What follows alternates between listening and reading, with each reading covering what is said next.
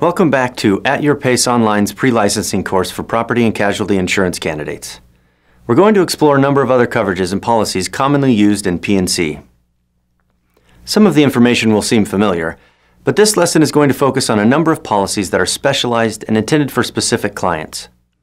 To give you a quick idea, this chapter will look at excess and umbrella liability policies.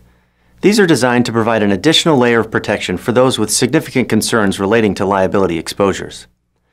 For example, homeowners' policies have liability coverage, and the amount of protection selected by clients is often between $300,000 and $500,000. For a large majority of individuals and families, that coverage may be perfectly sufficient, but for individuals that have assets that warrant more coverage or have additional risks, an excess or umbrella policy may be in order. These policies add larger amounts of liability coverage, but like all insurance contracts, they have specific provisions.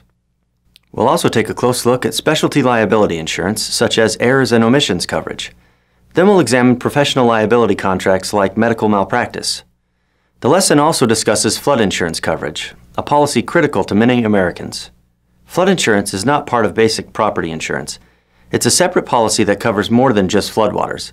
It's a complicated product, and depending on where they live, producers need to have a strong grasp of this insurance. We'll go through the basics of flood insurance and discuss the more important attributes of the policy. In order to sell flood insurance, you have to take an approved education course specifically for it. But for producers living in certain areas, it can make the difference between your client having adequate coverage and losing everything.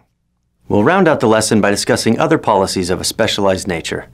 These are policies like boat and watercraft, difference in conditions, and recreational vehicle coverage.